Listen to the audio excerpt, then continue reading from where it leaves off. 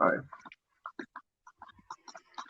This is now episode 6. 6, isn't it? 6. 5? Of, 5 or 6. Is it 5? No, I think we're on 5. Episode 5 of Real Talk. We've made it to the milestone. That's 5. The schedule's been a bit messy this week. I've had like a bit of a few like family matters that's been pretty cool, but apart from that, it should be back to normal this week. Yeah. Yeah. Everything should be back to normal. We're going to aim for every 2 episodes. Thursday and Saturday. Yeah, 2 episodes. So yeah, that's. But today we've got another special episode. We're going to talk about the Dark Knight Trilogy. We've And got we have a guest another guest. Yeah. If you want to introduce yourself. Hi, I'm Jack from Jack Reviews Films, another film review channel. Yeah. Well, we're going to be talking about the Dark Knight Rises. Well, not just Dark Knight Rises. the Dark Knight Trilogy. Nolan's, yeah. It should be less heated than the prequels one last episode, but yeah. Still should be good fun. Yeah, definitely. I think we should start with everyone's like opinions on the films and like how they first got introduced, because like The Dark Knight was one of the first films for me that sort of made me it made me see there was more behind the camera than just a film. Like Christopher Nolan was one of the first directors I knew. And I think the whole trilogy is still like even if I don't like The Dark Knight Rises as much, I still think I think people either give it too much credit or just not enough, because it's still it's got its issues, but it's still like a well-made film. Yeah, there are some great moments in that. In terms of the Dark Knight Rises, I think a lot of the issues that I have with it is it's just, I think we talked about this a little bit with The Godfather, and it's where it was never going to be able to live up to the quality of the previous 2 films. And I think that's where you end up making a film that's not as pleasing as it probably should be. I think one thing which I think they were trouble with is it's unfortunate. It's the death of Heath Ledger that ultimately they had to. It was an obstacle in, I think, the whole trilogy, because he was so good in The Dark Knight, and the death. I mean, I think that to go in between with like respecting like the legacy he's left in the second film, and trying to tell a competent film in the third, which I think they did do a good job of, but it's such a shame to what could have been. Yeah, I mean, again, if obviously Heath Ledger hadn't have died, I mean, it would have been nice to see him return to the role. And I think, again, that's the thing, we didn't get enough of Heath Ledger as the Joker, and it is a massive shame. Yeah, definitely. I think as well it's harder with that because a lot of people understand that he was meant to be returning in The Dark Knight Rises one way or another as well, and that his story just weren't going to end with him hanging off the side of a building. It's such a shame. No. I do, in some ways, really appreciate the way, like, it'd been great to see him return, but I think the idea where it was the only film and you don't truly have a complete ending of the Joker arc in the trilogy, it does make things a lot more interesting in some ways, though, for me. I mean, obviously it was never meant to happen, and it's a shame, but I do think it does, like, the Heath Ledger's legacy is respected because it's never really seen or even happened in any Batman film or any film about a villain before, where he's sort of just left and, you know, no one knows what happened to him. Yeah. To the extent that we've never tied up, and I do like that. In a way, I think that sort of plays into the character of the Joker as well, because obviously the Joker is a character that you never really find out a whole bunch about. and I think it does sort of play into it a little bit there. Yeah. Anyway, Jack? We'll start with the guest. How were you first introduced into the Dark Knight trilogy? To be honest, I think I remember seeing all of them at the cinema. Yeah. Granted, I was only 5 when the first one came out, so yeah. But my dad was a huge Batman fan, collected the comics when he was younger, and it's just sort of carried on into me. And likewise with my brother, probably, hopefully, going to continue that way as well. Are you interested in the Batman comics as well? Or yeah, are you a collector? I'd probably say I've read a fair few over the years. I'm not like religiously collecting comics every month or anything. I get the big ones, the Killing Joke, Court of Owls type stuff, but nothing major. I think the thing which is, for me, is the most interesting of the Dark Knight trilogy is I don't think a comic book film has done so well. I think apart from it set up the whole thing is where you didn't have to be a comic book fan to appreciate the Dark Knight trilogy, which previous like superhero films, I mean, a lot of them weren't great quality wise. I mean, the original Captain America is not good. And I think even the original 3 Batman films of Michael Keaton, I do think like it's more of a comic book fan thing. Like after reading some of the comics about them and about the certain characters in those films, I think you appreciate them more if you've read the comics. Whereas the Dark Knight trilogy work on their own as just like a crime thriller, especially the Dark Knight for me. Yeah, certainly. It's really interesting as well how politically stable it is as well. Like that, it doesn't really change the tone no matter when you watch it. That there's always something in it that's always going to be relevant that people understand, and it's such a good play on that. It's the perfect.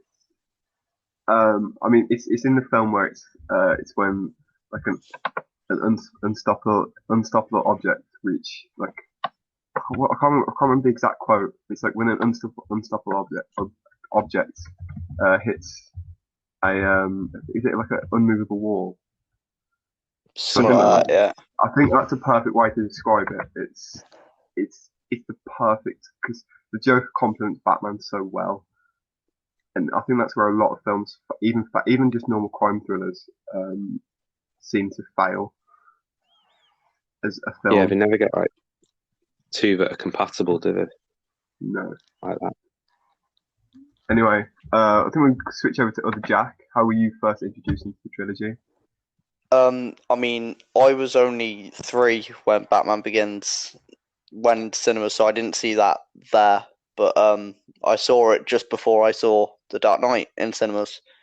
When I was obviously a little bit older, and then I saw Dark Knight Rises in cinemas too. In terms of the comics, again, I read a lot of the New 52 arc, but that was years ago. Yeah.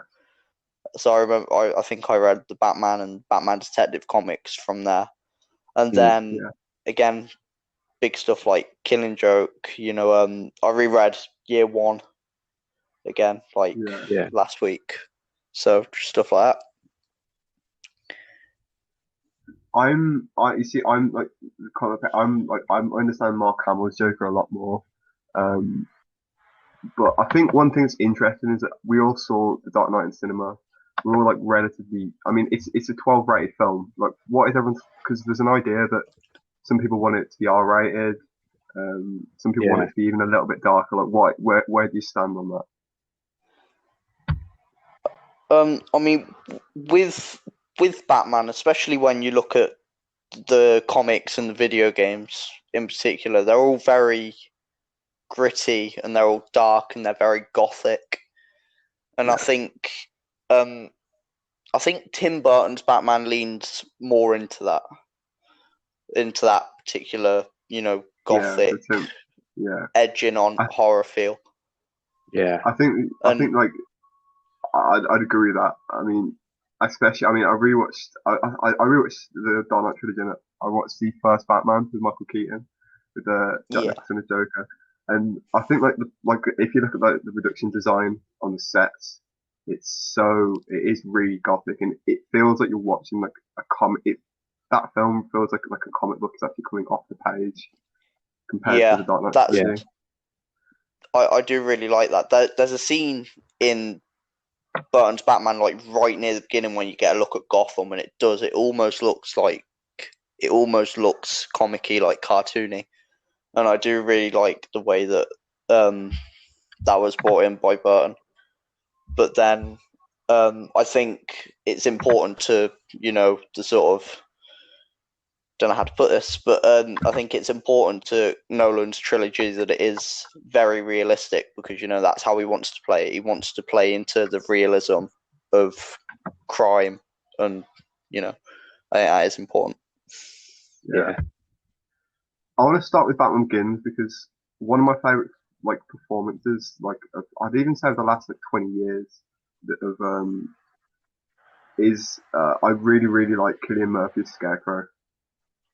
Yeah, he is ridiculously underrated, I think. Yeah. Especially in Batman Begins, he's one of the better film adaptations of villains that there is out there, definitely.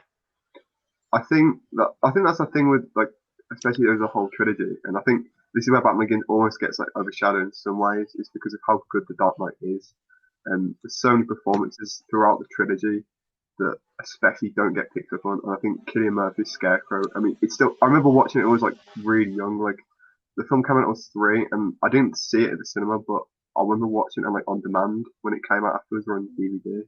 And I remember like the Yeah. Scarecrow sequences scared the hell out of me. And I think Yeah, Cillian Murphy is. I think he's very underrated generally as an actor, but as Scarecrow especially, I prefer him over Bane. And I don't. Yeah. yeah, definitely. And I think as well. Oh, sorry. carry on. I was going to say, I think as well, a good thing about Scarecrow is that they didn't really try to play on his, his like mind games, rather than they made him more realistic, that he was just a drug dealer in a way. Yeah. Simple terms, but. And I think that's like it.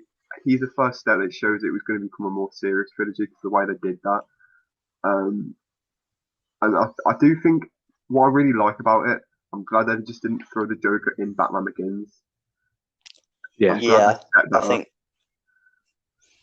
Yeah, I think that's a obviously another thing with the Matt Reeves Batman that's going to be coming out at some point, whenever that release date is now. But it's that they're looking at different villains, and they're not too keen to just throw the Joker in there as the big one, and they're looking to sort of expand on some of the smaller villains. See, that would be interesting because has anyone played the Batman games, the Arkham Asylum, Yeah. Arkham City, and I do think the games do that so well. Expand on like Poison Ivy, I really like. In the most recent Batman, I really like, and I do think like again, I like how I think the games do so well of borrowing from Christopher Nolan's trilogy of like a gritty, realistic side, and I do think they borrow really well of combining elements of like Tim Burton's Batman and the more comic book side of the character. Yeah, definitely. I think that's the thing with the films. I think in terms of getting to that R rating, I don't think it was ever going to happen.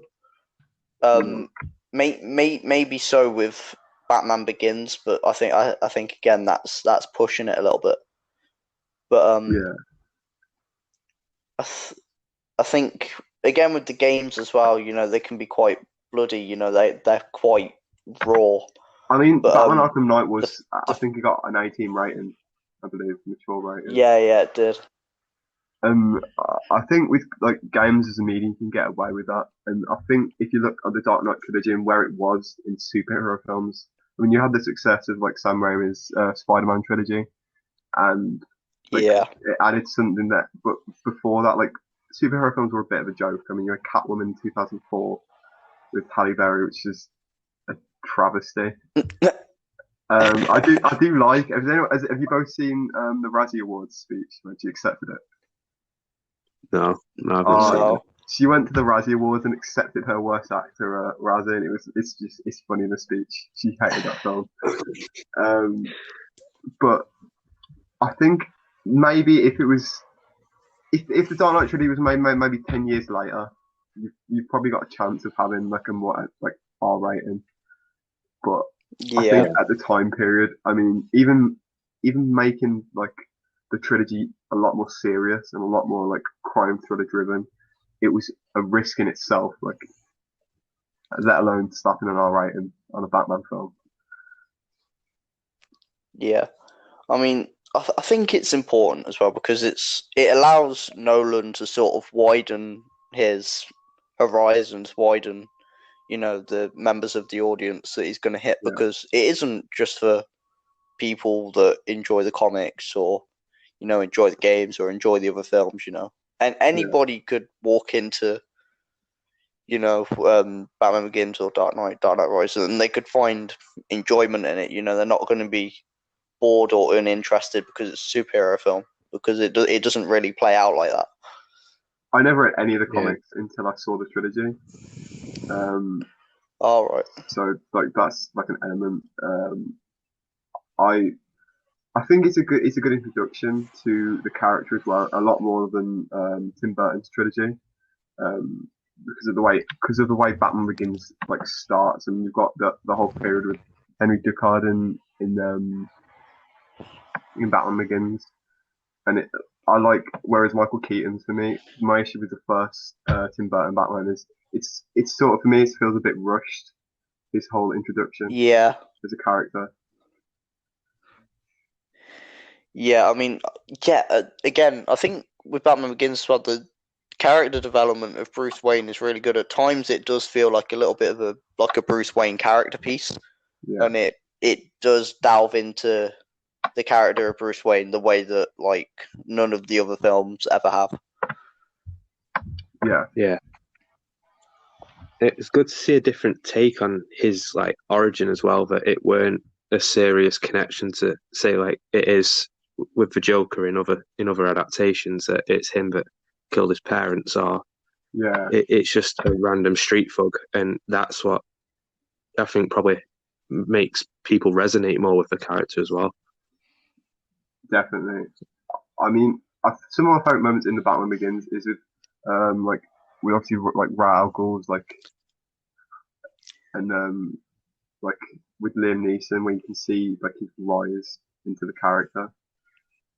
And I do wish other like, I hope Matt Reeves' Batman does explore that in some element, like his introduction to the character a lot better. Definitely. Because I mean, you've both seen Suicide Squad, like I hated Unfortunately. that. I hated that the way they introduced it. It was just it wasn't good. And it didn't make sense either as a timeline. It didn't make sense. No, Suicide Squad really wasn't great. No. But then neither was Birds of Prey. So I've still not seen that yet. Yeah, so I didn't think that was too good in particular. I think DC is general just. They tried to rush, so like Marvel, they wanted to catch up with Marvel. They're playing catch up the whole time, and they tried to cut so many corners, and it didn't pay off at all. Yeah, they are. They're trying to sort of, catch up, get all those films out, and they're not really focusing on the quality. They just sort of want it done. I'm so glad they've not rushed Wonder Woman in that sense, because it's 3 years between the last one and this one. Yeah. And whenever this does actually come out, and it's the first one proved that the build up to that played such a big part because that film was so good in comparison to the rest of the DC universe, and it's a shame how the others aren't taking note from that. Yeah, I do agree. I actually Like, I really like Wonder Woman. I want to say that they even tried to push it for like a Best Picture nomination. At one point, they were campaigning for that, which would have been interesting. But yeah, I think another choice is I don't like David Ayer as like a director. Like, I don't like his style.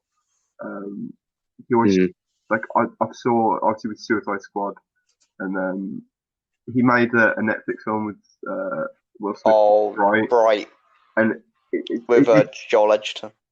I don't like he directs moments really well, and that's about it. Telling a story like a narrative over, let's say, a 3-act structure.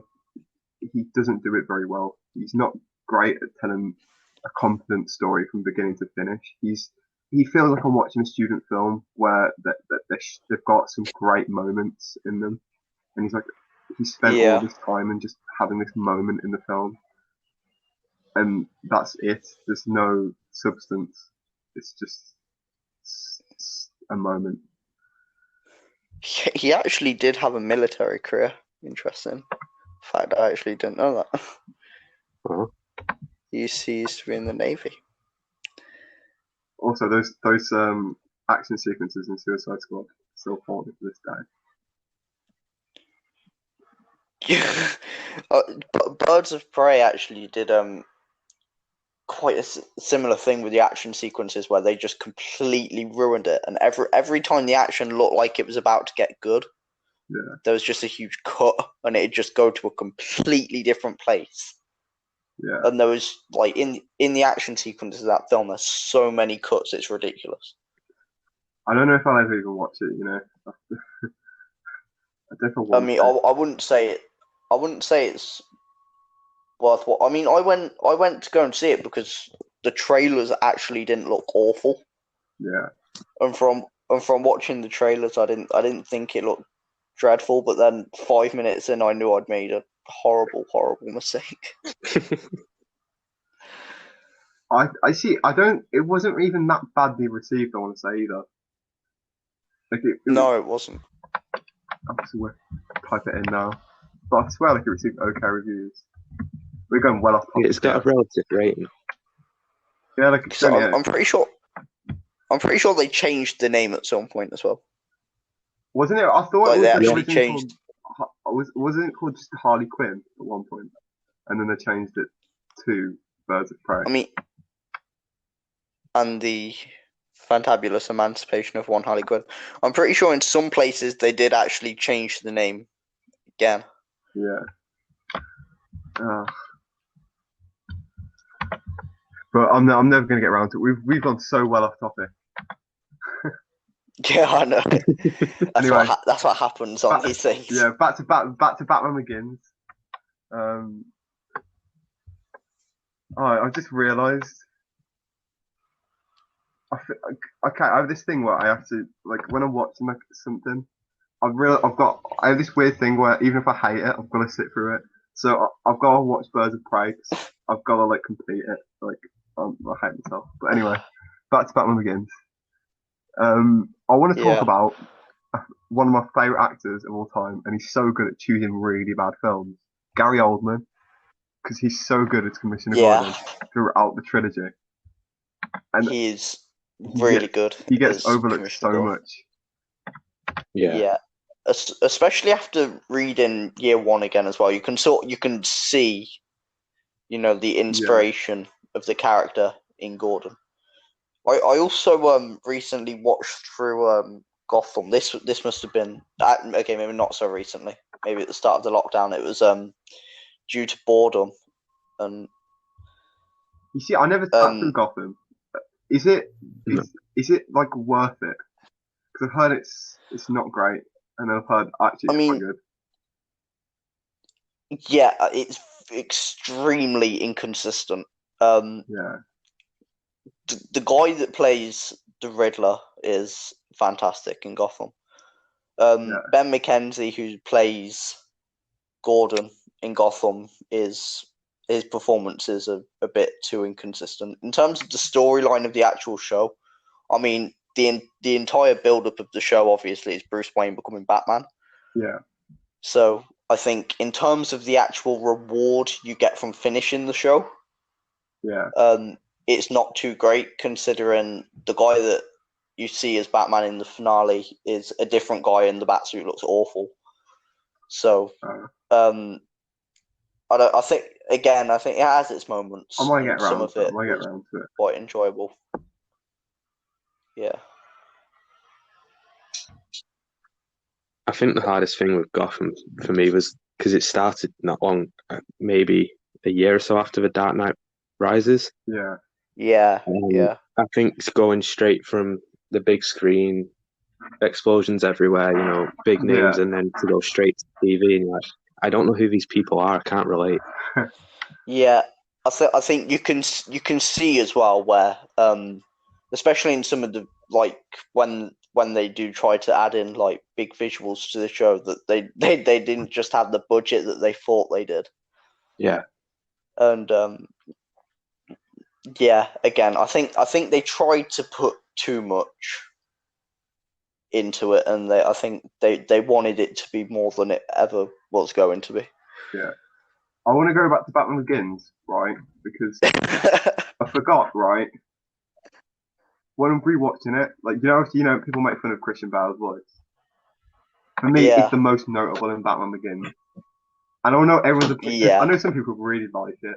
Some people like it because it's like a bit of a meme, but like some people hate it as well. And I don't know where I stand on it. I mean, it's hilarious, I don't hate it. I think I remember when I first heard it and I first started to notice it. Yeah. I found it really funny. It's one of those things where some people don't notice at all, and then and then you tell them I ruined the film to someone so badly. I think we're watching The Dark Knight, and when it's the dinner party scene. Oh yeah. You're gonna love me then. And I know I point it out to someone and I've just ruined the film for them completely. So yes, sometimes when I watch it, I'll watch the film and I don't really pay attention to it. Yeah. And then other times I'm watching it, I think about it and I'm like, oh crap, and it does sort of just make you chuckle a little bit. But I don't hate it. What is everyone's thoughts on Christian Bale's Batman? Like, do you like him? Is he your favourite? Or he's definitely my favourite Batman I've seen on screen film. I think I've seen all of them now. I think, and I think had we not had Christian Bale, Ben Affleck's might have looked better.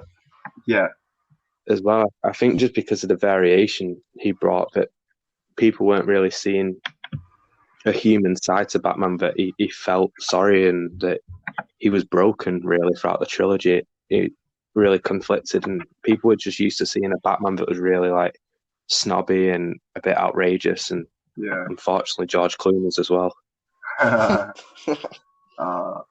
You see, the best part is that he isn't even memorably bad because of Arnold Schwarzenegger.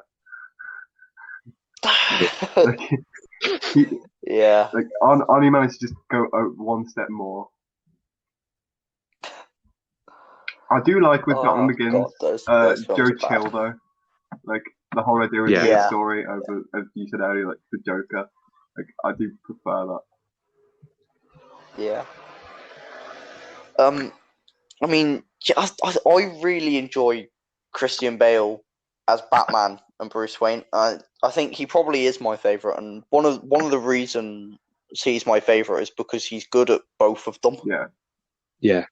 And a lot of the actors aren't good at balancing that and being both Batman and Bruce Wayne. Yeah. But I think Christian Bale does that really well. I think Ben Affleck as Batman was a really interesting choice, and I think it could have been a good choice if it was done better, because the way he looks as Batman and the sort of build he has for the Batman suit really matches that well, especially the older Batman. Yeah. and maybe if he was a bit older, like a Dark Knight Return sort of build. Yeah. That's what he sort of reminds me of. And the beginning of Batman versus Superman, though, is a really interesting scene. Like in a house with Batman, and he goes in, and I really enjoyed that scene. But I wasn't a massive fan of him playing Bruce Wayne. I know. Yeah, you just. Sorry. It's all right. For me, I think he played a better Bruce Wayne in American Psycho in some ways. But for me, I'm gutted for Ben Affleck because I think he would have been great if he was given the right material. Yeah. I wish Ben Affleck, in a way, was given his own solo film the way they did with Henry Cavill with Man of Steel. Yeah. And just sort of like disassociated him from the franchise and then bring him in. I thought that would have been worked a lot better for him. Again, I think that's a classic example of DC just trying to rush and catch up. And wanting to create some huge spectacle that was one of the biggest anticlimaxes ever. Yeah, that's the thing. I remember the hype train for Batman to Superman. And like super films were just hitting, like at the time, like superhero films were hitting pretty much on the mark every time it was high. And I think Batman to Superman for me, I remember just being such a massive disappointment. I've even seen the extended cut that they've put on the release. I haven't. And it just wasn't worth it. It's like 10 minutes extra that's kind of cool, but apart from that, it's just not worth. And it doesn't make up for a lot of the problems with the film. Yeah, I think it's a whole bunch of writing issues, and I don't think Jesse Eisenberg was quite right for Lex Luthor. That was a horrible miscast. The whole Wonder Woman introduction, I feel, was like... I see why they did it, but I don't think it was needed there and then. Yeah. But yeah, that film definitely has a whole lot of issues. It's just got so much going on, and it felt like when they were putting it together, it felt like just like the open like Celtics or script writing software, and like, oh, we need to throw that in somewhere. And it's a lot of it is literally. There are so many different arcs in that film that, like, because you've got like the Batman stuff on his own, you've got the Superman stuff on his own, and then you've got where Lois goes off, and then you've got the stuff with Wonder Woman, and then you've got both of them together, and then you've got the Lex Luthor resurrecting Zod stuff, and it does just try to cram in so much into the film, and it just really doesn't work. It felt too much like... I will admit... Carry on, sorry. Oh, sorry, I was going to say, I'll admit, I think despite the fact I absolutely despise the film, it's... The one thing they did really well, in my opinion, is how they introduced the rest of the Justice League, that they didn't just... Oh, I happen to know of you, by the way. You're really cool. There was just sort of like hints at what could happen, but were never actually discreet either. So, especially the one with the Flash, how he's just in the shop and then next second he's not. I thought that was really clever how he did that. Yeah, I did like some of that stuff, the way it's set out, because isn't there like files on a computer or something? That's how they sort of see it through like video footage and stuff, and I think that is really cool.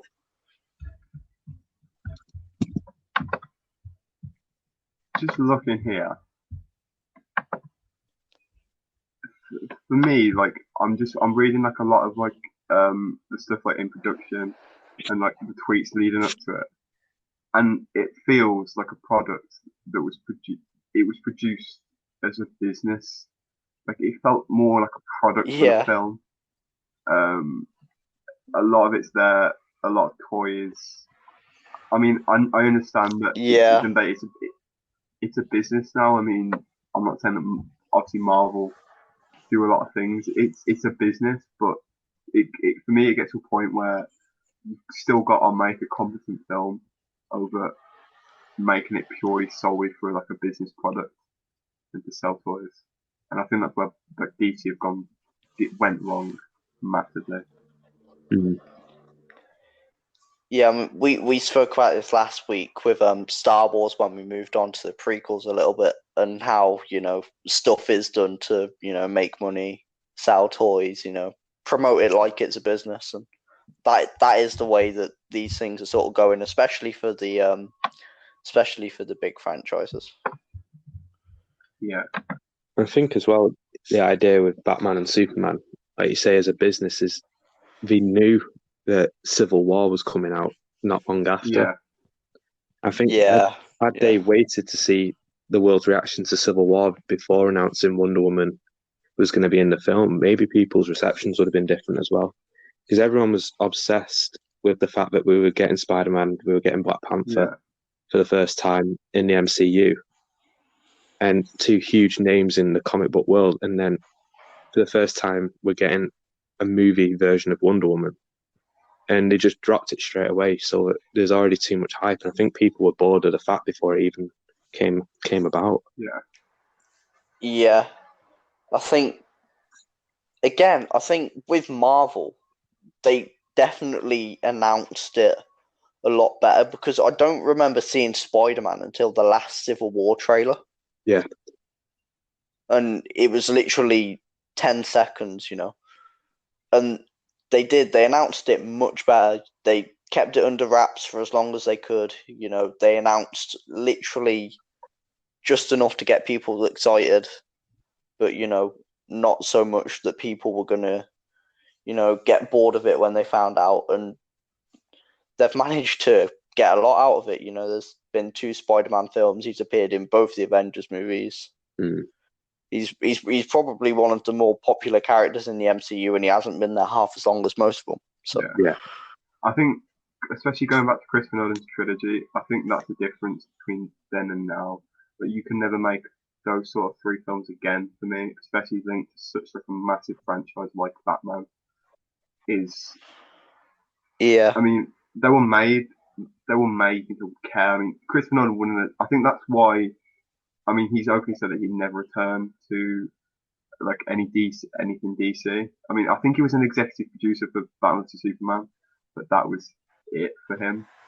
And I think that's because I don't think he would have the amount of free reign he had over the trilogy. I mean, like we're saying, like the more realistic and the way he reinvented the character to make it more realistic, he could not do that now.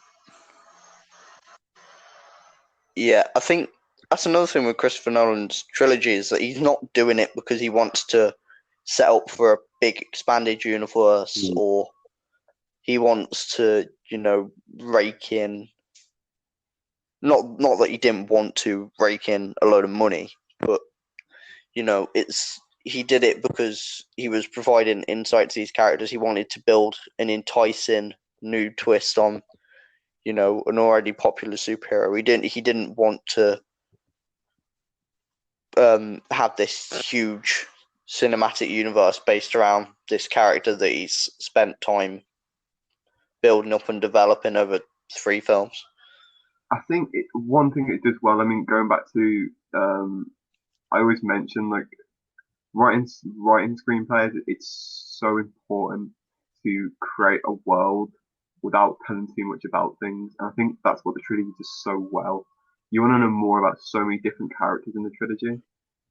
And for me, as like a world builder, it builds Gotham so well. And I love like the modern style of Gotham in the films. I mean, I want to say it was shot in Chicago. It looks so good. It does look incredible consistently as well. Yeah. It looks across the whole 3 films. It does look brilliant. I mean, replace like the whole setting with like I don't know, like a Michael Mann crime thriller like Heat or something. It it's just great. And one of my favorite sequences throughout the trilogy is obviously uh, when the chase through the city with Joker and his crew with the hostages on the bikes. Like that whole scene is great. That whole sequence is really good.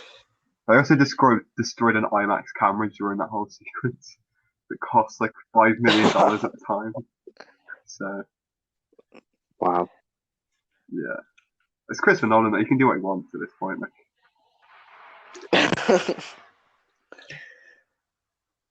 One thing you mentioned as well is like you say about the characters.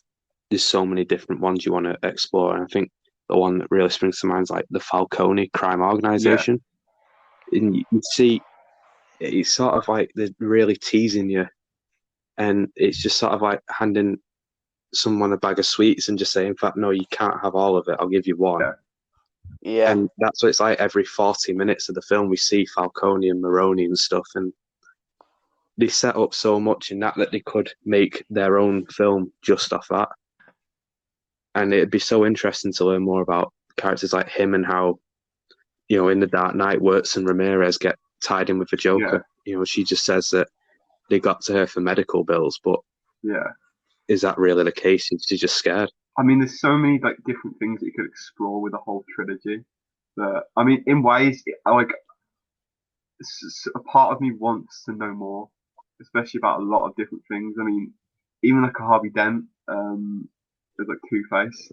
I mean, obviously, you know, it was over one film, the arc, but there could have been so much more with that character because, I mean, it's so. For me, it's one of again the whole trilogy has just been like very undermined because of like Heath Ledger's like iconic performance. But Aaron Eckhart as like Two-Face, I'd love to sort of see more of that.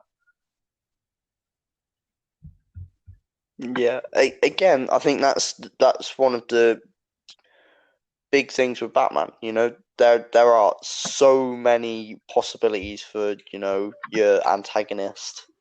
You know, the way you want it to play out, and I think that's what makes Nolan's choices for his villains and the way that the stories do play out as they do is because, you know, he had all these choices and he wrote what he did and he produced what he did, and this is what we've got from every single possibility that he could have had.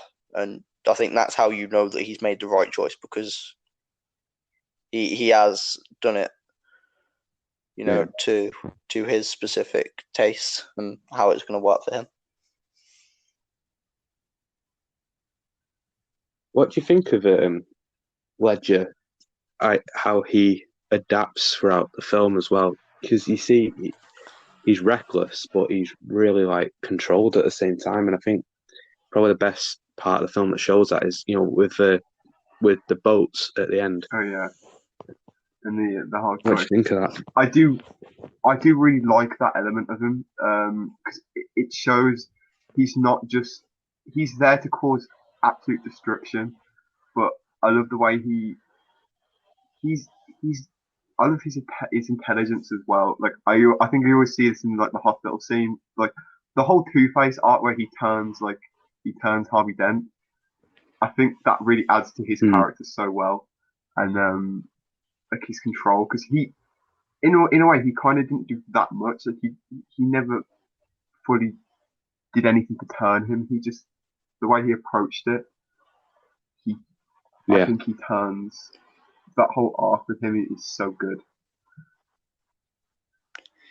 Yeah, I think that's one of the great things about Heath Ledger's Joker, is because he has the motivation and the goal of any other normal villain, and that is to, you know, cause destruction, cause mayhem, you know. But he does it in a way that not many other villains can. He does it with, you know, that intelligence and that cleverness. And he does it in a way that's just so profound that it does set him aside from other villains. Yeah. I want to want to talk about like the three. Like you've got Bane, the Joker, Scarecrow.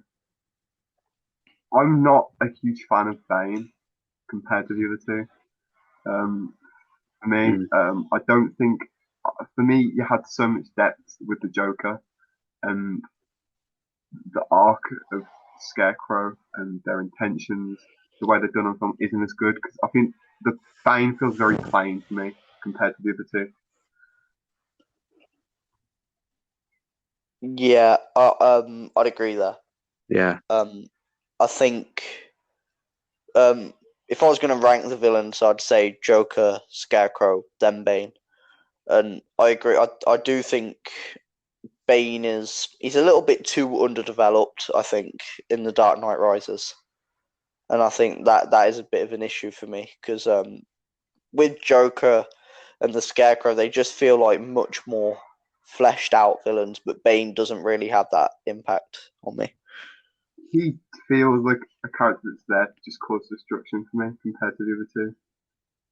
As we were talking about Joker before, like his whole arc is changing, and like the way he's in control and the way he like subtly turns, like he obviously turned Harvey Dent. I don't think it's the same for Bane. He doesn't offer that level of depth as a character for me.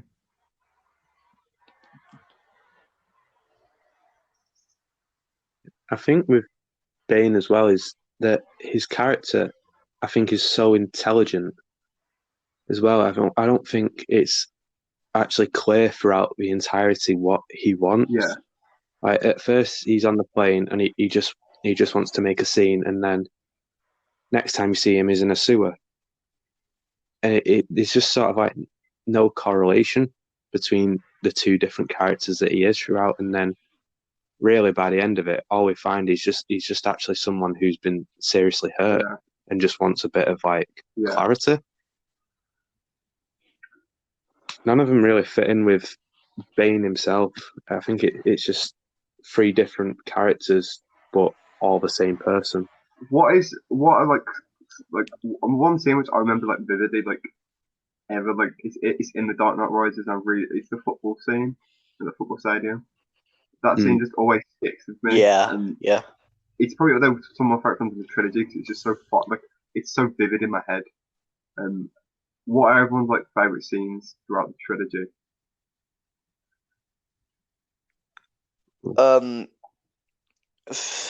I think if I was going to pick one from each film, I'd say in Batman Begins, I really enjoyed the Ra's al Ghul stuff towards the beginning of the film.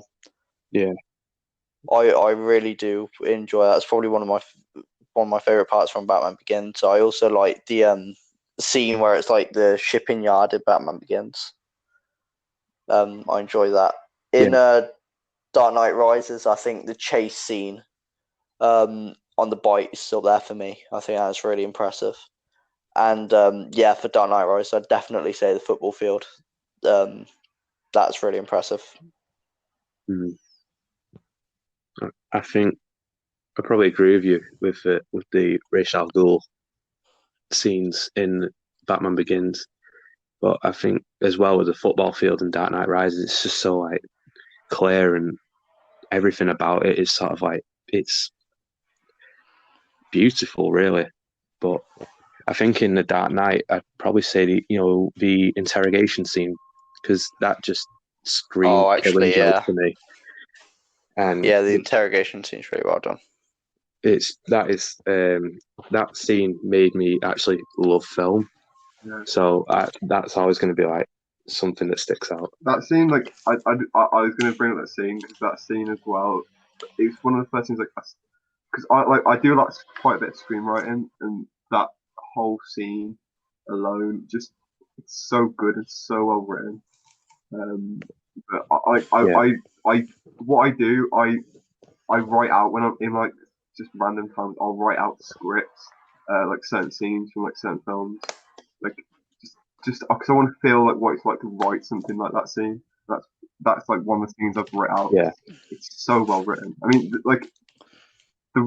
writing and directing of that scene alone is probably I'd say it's the top 10 moments of all time in like cinema. Yeah, I think I'd have to agree with that.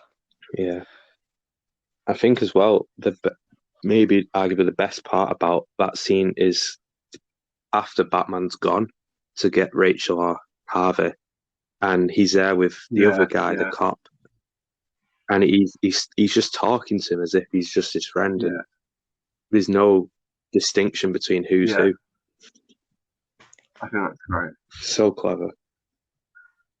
One of the things I am going to mention as well, just because you just reminded me there, Rachel in Batman Begins. I think it's Katie Holmes who plays Rachel. Yeah, I really don't like that performance. Yeah, it is. I really don't think she's great in Batman Begins. But the replacement with Maggie Gyllenhaal, I think, is very good choice. I think Maggie Gyllenhaal's quite good in the role. One thing which I've always been intrigued with is, okay, I'm going to propose something to both of you here. So, like, let's pretend that Dark Knight Rises never existed. Pitch me the sequel. What would you want from the third film? So if the Dark Knight Rises never existed, parallel universe here. The Riddler. Anything from the Riddler. That'd be interesting. Yeah, I think the Riddler would be really good. I think if we were obviously excluding the Dark Knight Rises from the equation, and maybe obviously if Heath Ledger hadn't have unfortunately passed away, I would really like to see obviously what happened of the Joker. You know. Yeah, that'd be. I'd like to maybe see obviously a similar arc with Bruce Wayne where he does disappear, you know, and I'd like him to be brought back because obviously the Joker's return, maybe add a couple more villains in there. Yeah. Maximum sort of threat, you know, big finale for the series. I think that would have been cool. See, looking back now, I think I'd love the end of the arc for the Joker. That'd be great, but I don't think I'd bring him back because of how good it was, and I kind of like how it's quite fitting in some way to think about now, the way it ends. So I'd probably bring like the Riddler. The Riddler would be a really good. But again, I really like Jim Carrey as a Riddler, so it's a difficult one. Yeah. Maybe like Jason Todd. I think the Return of Arkham games. Jason Todd was quite cool. Yeah. Do you think they should have used Jason Todd instead of Joseph Gordon-Levitt's Robin? Yeah. I think that. Yeah, I think that's another thing as well. Where I think with the Dark Knight Rises, if I was going to do anything with Joseph Gordon-Levitt as, you know, possibly being that Robin character, I would have liked it to have happened, you know, earlier. Maybe see him actually as Robin. Yeah, I think would have been really cool. One thing I did like about the Nolan trilogy is that it didn't really feel like it needed that character.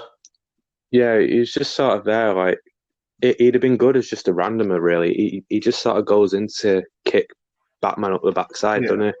And he didn't do much throughout the rest of the film. And I do think it's impressive how the series is able to, you know, it didn't need one of the Robins in there. It didn't need Jason Todd or Damian. Yeah. It'd have been interesting to see Damian long in the future after he, you know, does end up with Catwoman. I think that would have been interesting. Yeah. Because they set up like all arcs for Robin as well throughout the entire trilogy. And but none of them are definitive either, because they don't even stick to like his, you know, original name. It's Tim. Is it Tim Drake in this one? But even still, he's not so different. I do like how it's not really reliant on, having that counterpart. Obviously, pretty much every other cinematic Batman, series does have Robin in there as a definitive character. Obviously, with Batman and Superman, we see the suit with you got Batman Forever, Batman and Robin. I do like how it didn't need that definitive character in there. Yeah, it's good. It's actually quite relieving as well when you watch it, and there's no sort of stress of battle between two of the protagonists as well, because the whole point of it is that Batman is something that not many others could be, but at the same point anyone could be. And having Robin there would just sort of take away from that like pressure on Bruce Wayne as well, because the whole dialogue is his conflict. And I think, like you say, it's good that he's not there. Yeah, I definitely think it does help the series to an extent that he isn't. Yeah. What do you think of sorry, go on. I was going to say, what do you think of Talia al Ghul being introduced right at the end? You see, again, it's a cool, for me. I think it's a really cool addition, but I don't know if it added as much. I don't know if it was needed. That other thing, and that's just my thoughts on it. Yeah, I mean, I think it would have been cooler if she'd have been in it a bit more. Yeah. Add a little bit more to the character. Yeah. I'm gonna bring off the Dark Knight for a second. Has everyone seen any of Kevin Conroy's Batman? Because I think I think he might be my favorite Batman. I think he plays Batman. Like obviously it's a voice actor. It's the best one out of them all. I mean, I do really like Kevin Conroy's Batman. Obviously, the animated series is probably one of the best animated series on TV. Well, that ever was on TV. Yeah, I'm going to bring that up because we're on about Batman become if the Dark Knight was R-rated. I don't know if any of you have seen The Killing Joke, the film. Yeah, I wasn't a big fan of it. Obviously for different reasons. It felt very cheap and a bit flash animation for me. I don't think it was animated great. But I did like the idea of it being an R-rated film. But for me, I think it relied a little too heavily on being R-rated. It wanted to show everyone that it was R-rated. Yeah, I think that is one of the main criticisms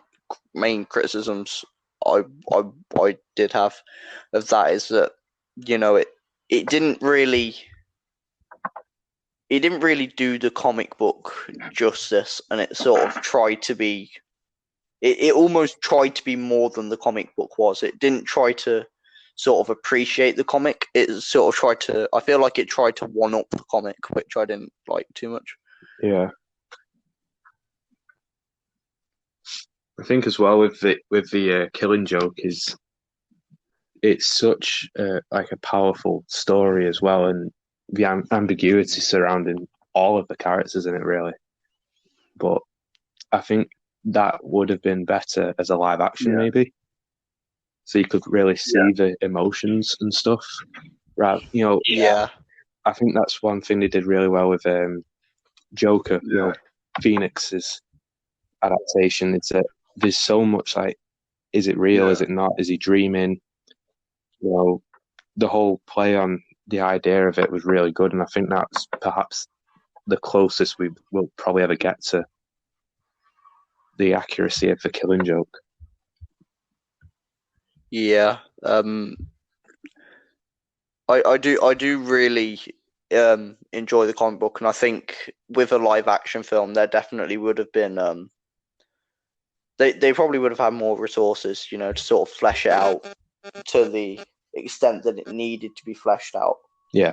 I think getting it released as the animated film, I think it may have been a little bit too rushed. The thing with it is, I'm just surprised that none of a live action hasn't been fully developed, because for me, it's probably, I'd say it's my favourite comic, and it's just amazing that no one's picked it up and been like, we could make a decent film out of this. Yeah. I mean, as I said, like the Joker's probably the closest we can get. But yeah, I think it's that fear of people wanting to pick it up and people not wanting to touch it, because it is regarded as such, an incredible piece of Batman media, and people don't want to, they don't want to mess with that. They don't want to touch it just in case, it doesn't turn out exactly how they want it, and they don't want the backlash. That would be like. I think the thing with that is, like, again, you've got to tread light in between with staying faithful to the comics and making. I always have this argument with everything. This is that like down like book adaptations, and the difference stuff is that if it doesn't work for a certain medium, then it should be adapted. It doesn't have to stay faithful for me. Obviously, I mean, there's certain respects you've got to pay to it, but if it doesn't work in that certain medium, stuff needs to be changed. Carry on. Yeah. I think. No, sorry, carry on. Oh, sorry. I was just going to say, I think I trust Matt Reeves with the Batman. I feel like, some of his casting's that far out there that that it's going to work. Because I don't think anyone would have suspected Robert Pattinson to be Batman. If you give a list of 10 actors, he wouldn't be one, you'd think. But I feel like Matt Reeves could perhaps do a really, really good job of the Killing Joke if he were given the green light for a sequel. That'd be. I think with Robert Pattinson, like, it's one of the things where I listened to it, I was like, Robert Pattinson, really? And it makes sense to me though now, because I thought about it, it makes sense. Yeah. And I think it would. And I really have good hope. Like, I really like The Lighthouse and Good Times, and I'm just hoping it's great. Yeah, I think a lot of people hate Robert Pattinson because of Twilight, and I think that's understandable. But again, The Lighthouse is brilliant. Good Times, brilliant as well, and he's great in both. Twilight is films. A weird series because obviously they're awful films. But I mean, you look at like Kristen Stewart, she's gone on to do some really good stuff.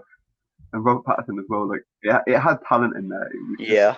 The material. Yeah. Apart from Taylor Lautner. He made that.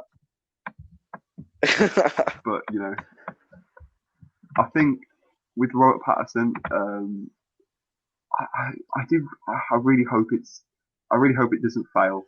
I've heard really good, but what I'm hearing is it's like before, like Batman vs Superman, I did have like a few alarm bells with like a few of the announcements, and like Zack Snyder for me is a bit hit and miss anyway. So I was like, but Matt Reeves, like, I have a lot of hope for. War of the Planet of the Apes was great. Like I really love that film. It was the whole trilogy. The whole great, of that trilogy was like War of the Planet. Good, it was probably one. I'd say it's my favorite film of 2017. It's like top 2 for me. Yeah, it was really, really good. A lot of the casting as well, I think, is really good. I'm looking forward to seeing Andy Serkis as Alfred in particular. Colin Farrell as the Penguin, which I think is really, really interesting casting. I'm really looking forward to seeing what happens there. And then you got Paul Dano, who I really like, is playing the Riddler, and I think he could do well there. I only just watched Prisoners for the first time the other week, and Paul Dano in that.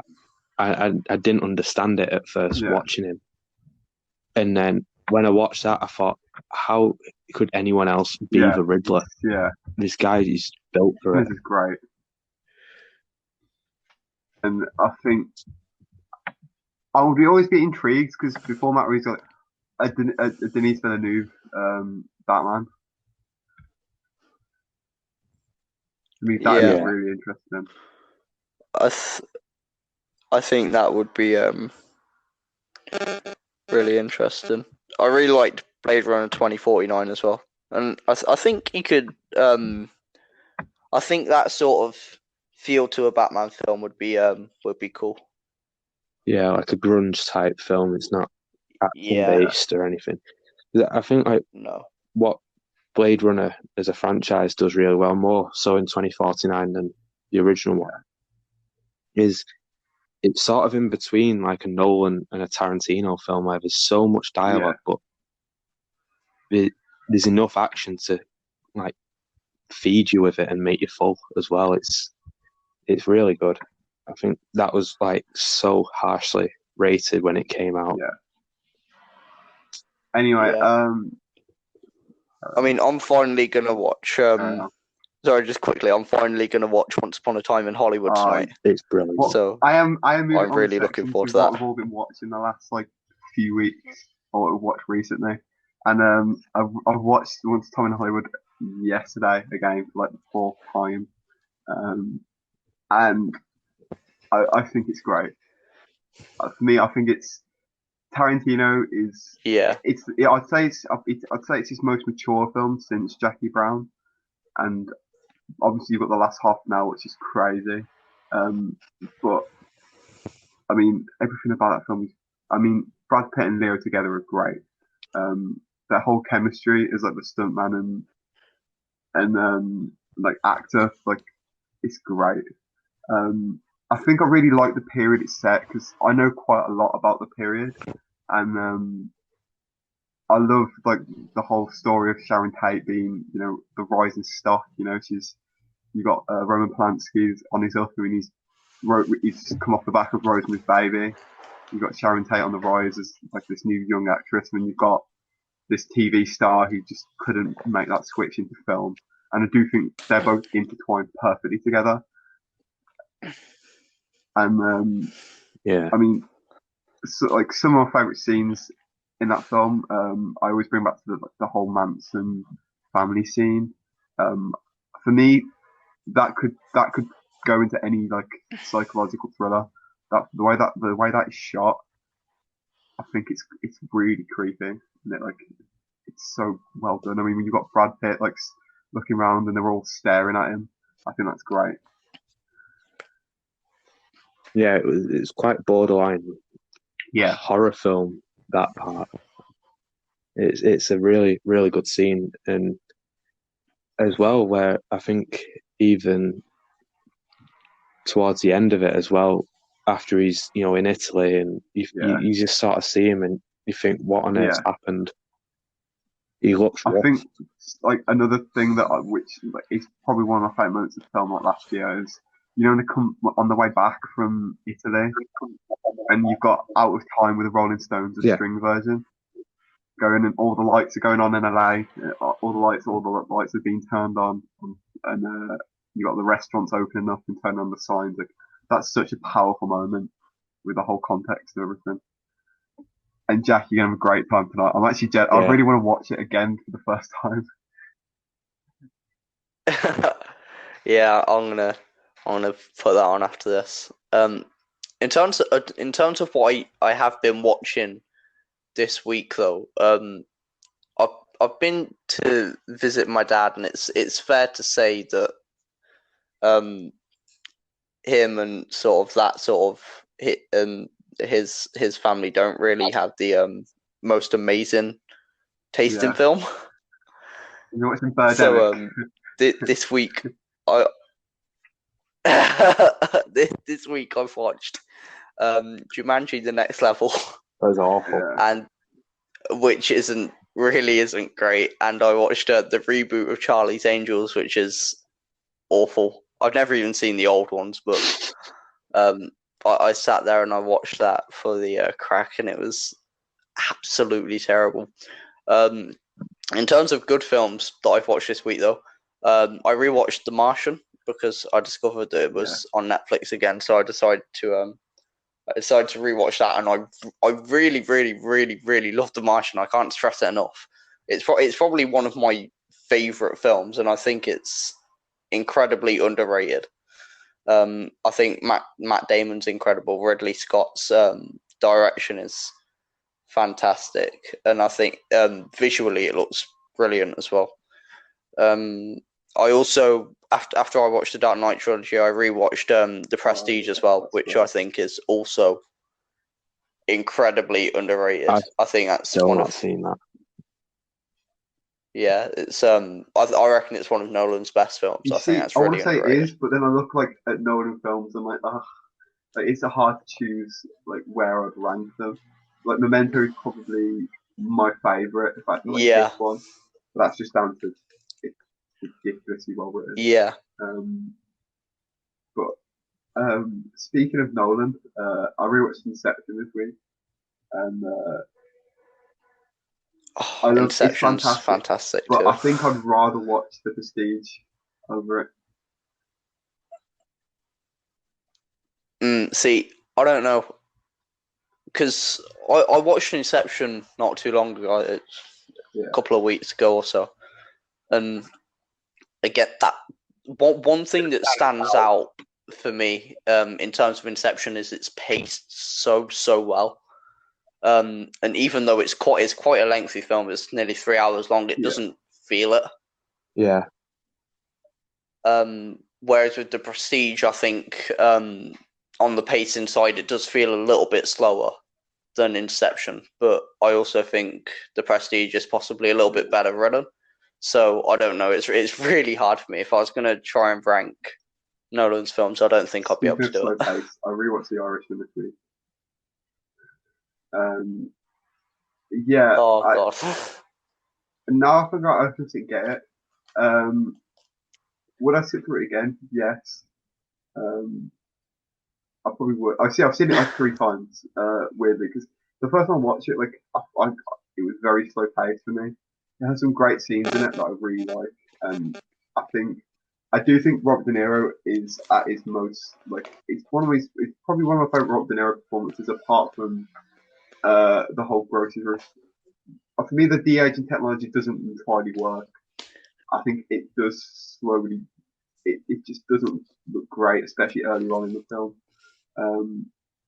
But for me, I really love De Niro's performance in that. I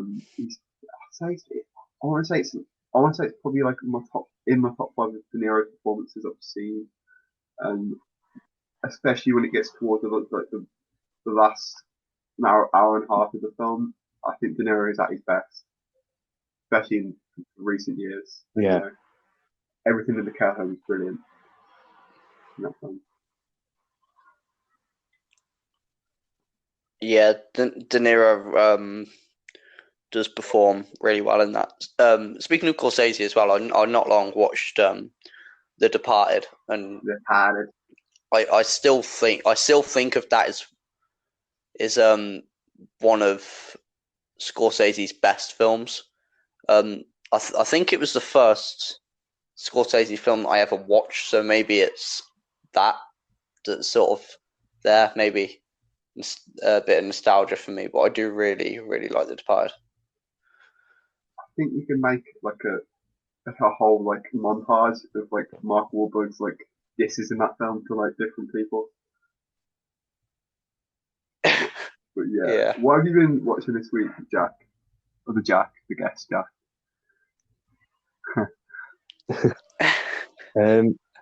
To be honest, I actually, since lockdown, I've been spending time with my girlfriend, so I've not, and she doesn't watch as many films as me. She's more on TV, so I actually don't get to sit through a film full length. But the other day I watched yesterday. the one about the Beatles, and I thought, to be honest, I'm not into that type of music. I didn't think I'd enjoy that film, but I found it really, really interesting. It's quite a good concept. What else have I watched? I feel like I'm slowly, since Disney Plus has come out, working my way through all the MCU again and Star Wars. And I reviewed the Rise of Skywalker the other day, and I can't reiterate how horrendous that is after seeing it a few times now. You see, it really I rewatched it again this I haven't week. seen it. I watched it in the cinema. I remember feeling just unsatisfied, but I can't. I need to rewatch it again because, like, I've been told it's. I don't remember it being absolutely horrendous, but I'm gonna rewatch it like now. Like, I'm gonna rewatch this week, and I'm just gonna like hate everything about it. So it is like I'm really reluctant to rewatch it because every time I open up Disney Plus, it sort of looks at me and I'm like, okay, I kind of want to do it because I want a good laugh, but then I also don't want to do it because I don't want to do it to myself. It is really, really. I cannot reiterate how bad it is. I made a thought I was going to rewatch it, and I ended up watching Empire instead. So didn't want to ruin Star Wars Day. Empire is. I stand by Empire Strikes Back as being one of the best films ever made. It was probably like quite a bold statement, but I just think everything, especially considering what was available to them as well, is just so perfectly done in that film. Film studios everywhere. Yeah, Empire is definitely my favorite Star Wars. Even though film studios everywhere are now throwing down like Blu-rays of Citizen Kane on the desk. But on yesterday, I watched yesterday, and like I do like the Beatles like a lot. I listen to a lot of them. I had issues. Like, I like the heart of the film, and for me, like, I don't think a lot of people really didn't like it. I'm not at that level. Like, I did like a lot of the things in the film, but I do think the idea of it just doesn't work because, like, for me, there is no way that like I Want to Hold Your Hand by the Beatles is going to ever be. If it was released now, it would never hit the heights that it would like 50 years ago. It just wouldn't. Without like a trap beat on it. Or something. I mean, but yeah, again, I really, really like the Beatles, and I watched yesterday, and I'm quite split because on one hand, I really didn't enjoy a lot of it. But on the other hand, I do like the concept. I did like the concept, but I think I like the concept, but it's also like a flawed concept, and I do think they did really well with. Because it's a difficult concept to do, especially in film. I mean, it sounds like a great idea, but it just doesn't. The biggest, I think, the biggest thing for me was that there was zero explanation. Yeah. And you're never given any clarity as to what happened, why it happened. You know, I think that was one of the main things for me that sort of put me off the film a little bit, was that there was no explanation. It's a shame because I really clarity. Carry on. I think as well. Sorry.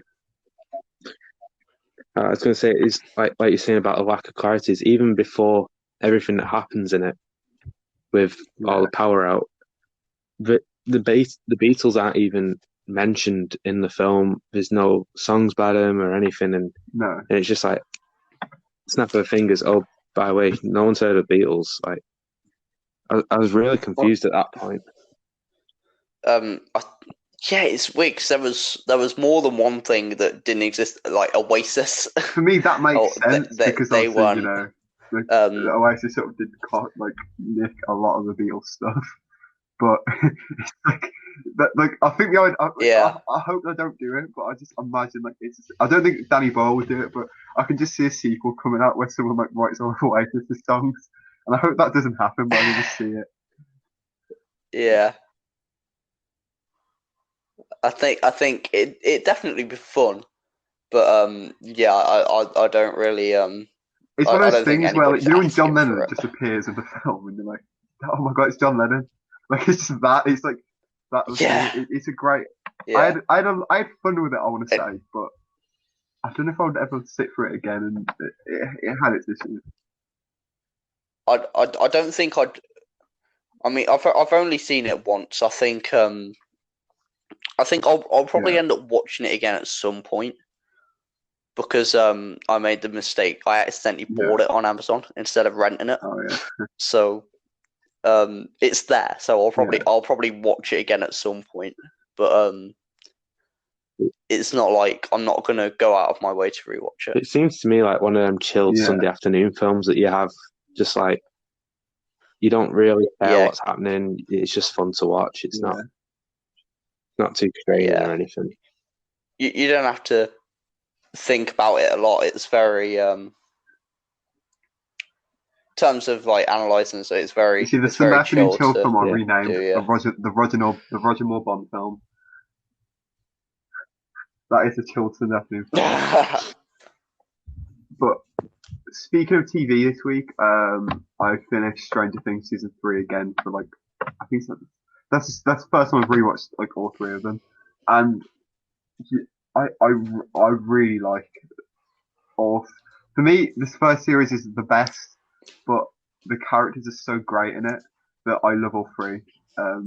All 3 have some great moments in them, and I do think it's the idea of. I think I might have been like even though I didn't grow up in the 80s, the idea of the blinded. I think everyone's just blinded by nostalgia, even in parts that aren't so great in it. Like, there's an episode in the second series, the spin-off episode that I just don't like. It's awful. But oh yeah. but We spoke about this before. like all 3. In fact, like we'll get to some point. I mean, I hope we can do like a podcast on all 3 seasons, because I do want to talk about them like in depth. Things I don't like, things I really like. But I'd say it's probably some of my favorite like TV of the last 10 years. Yeah, it's definitely really good. Have you been watching any TV this week? Last week? In terms of TV, not really. I've had like Comedy Central on in the background stuff, the Friends channel. Friends. Just in like the background stuff. they really should. Just like in the background while I've been like getting work done and stuff. Also, I have all of the Transformers from the 80s on DVD. Ooh, that's insane. Which is which I kind of like. You know, it's cringy and corny, but it's cool at the same time. Still better than the modern one. Still better than the Michael Bay movies. So I watched a little bit of that this week. So I mean, have you watched any TV this week, Jack?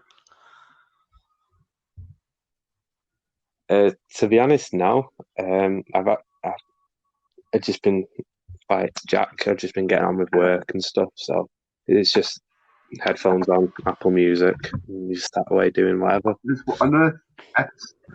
It's been quite relaxing. An episode I did watch this week was a new Netflix series called Hollywood. It's a drama, like a soap opera idea set in like the golden age in Hollywood.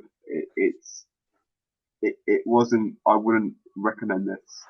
It felt a little bit convoluted, and the characters didn't have much depth. And it's a bit of a misfire by Netflix. It's a shame, because I like Hollywood post World War II era. Like, I really like. Yeah, I have heard actually quite mixed things about that. That it doesn't start off great and it gets a bit better. I might give it a watch if I get. Another thing I wanted to mention on the podcast. I'm in the middle of shooting a film.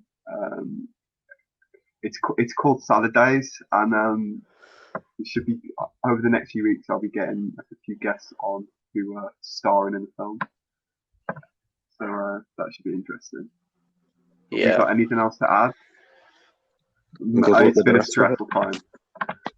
It's getting everyone who's like work on set and got to make sure they're fed. It's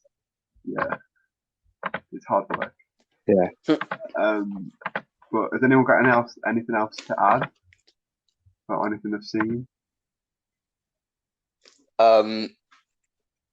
No, not really. I just said one thing actually. Who would you want to play the Joker if he went up against Batman?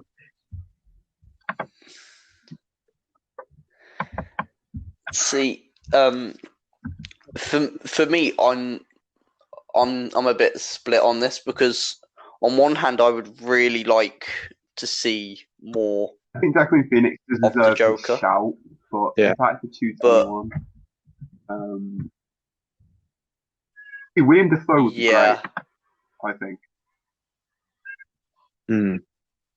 You know what? That's actually a really good shout. But obviously, he's still with Spider-Man, the original Spider-Man trilogy. I'm gonna throw a wild card out there and say Ray Liotta from Goodfellas. Oh. You know what? That I could see it possibly working. Wasn't he in talks at one point? I'm not 100% sure. And then I don't remember hearing about it. Tim Curry, the guy who played, because I'd watch that film. I'd watch that film. It's going to be terrible. Whether it be any good is, Ryan Gosling. Different. I reckon. Ooh, I could see that. You know, that would be that'd be really cool. Ryan Gosling is really, really good. It'd be cool to see him do something like that. We've never actually seen him in a role like that. Then I watched Carter like a while ago now.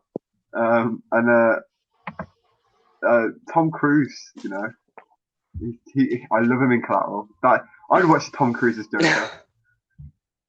Imagine like the Joker doing like a stunt or something, like jumping off a roof. I'd watch that.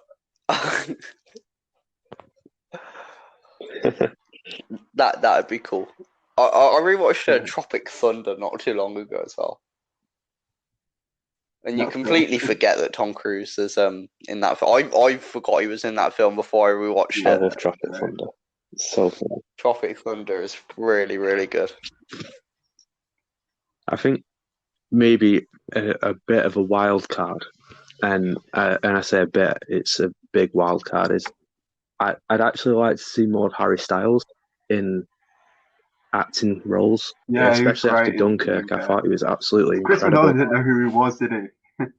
And I think that's hilarious. I think no, and I think it'd be interesting. You see, I thought he was really good, but other than that,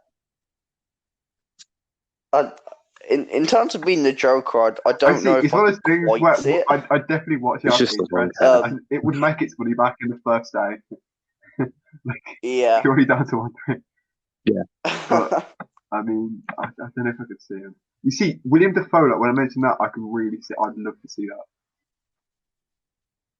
that.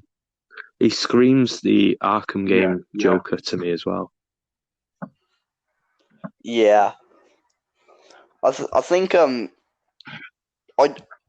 obviously if Mark Hamill wasn't really old and really out of shape, I'd like to see him as the Joker as well in live action. I was just about to say that as well, because Mark Hamill's Joker is one of the better ones. Yeah, that'd be great to see. I'm trying to go back. If you had to go an actor if you any actor in time to play the Joker, who would you go? Because for me, like, I'd go in his prime, Robert De Niro playing the Joker, like Taxi Driver era. That'd be great. Yeah. I'm not sure it's great to see him as that would be the Joker, but like especially like when he played. Have you both seen the King of Comedy?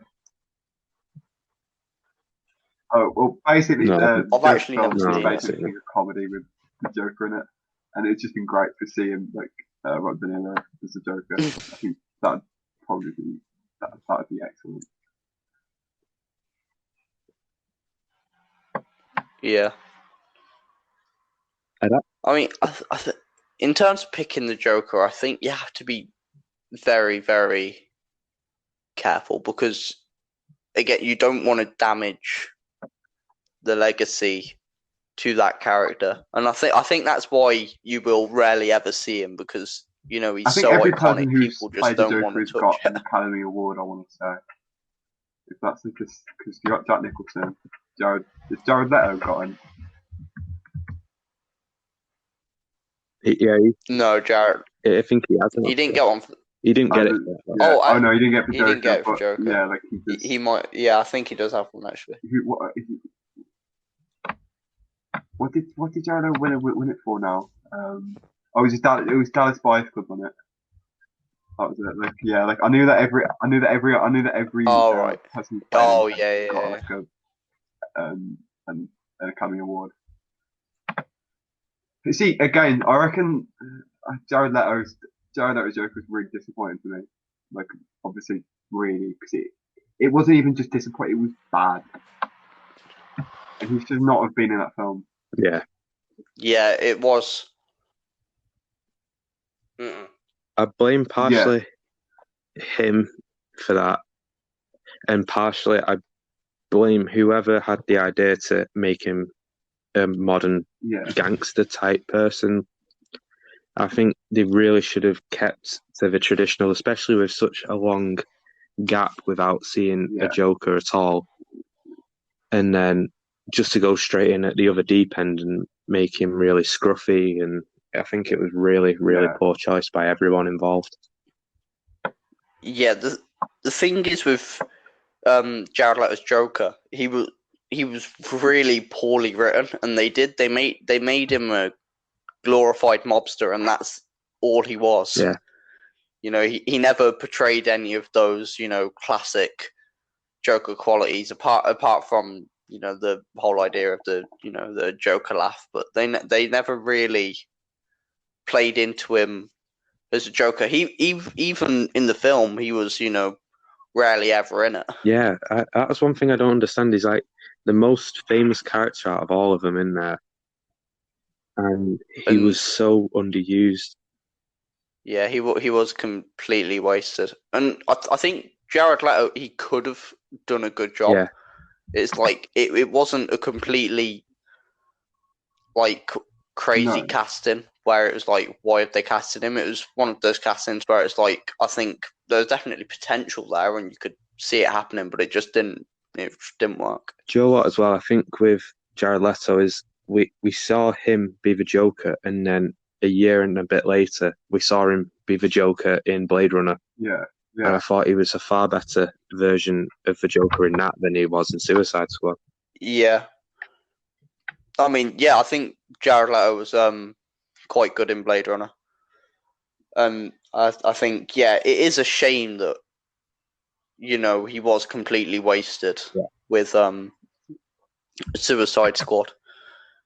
I think he does have to take a little bit of the blame, though. I mean, although the script was absolutely horrendous, I think he definitely has to take some responsibility for that as well. Yeah. Yeah. It is a shame. I think we've pretty much covered everything today.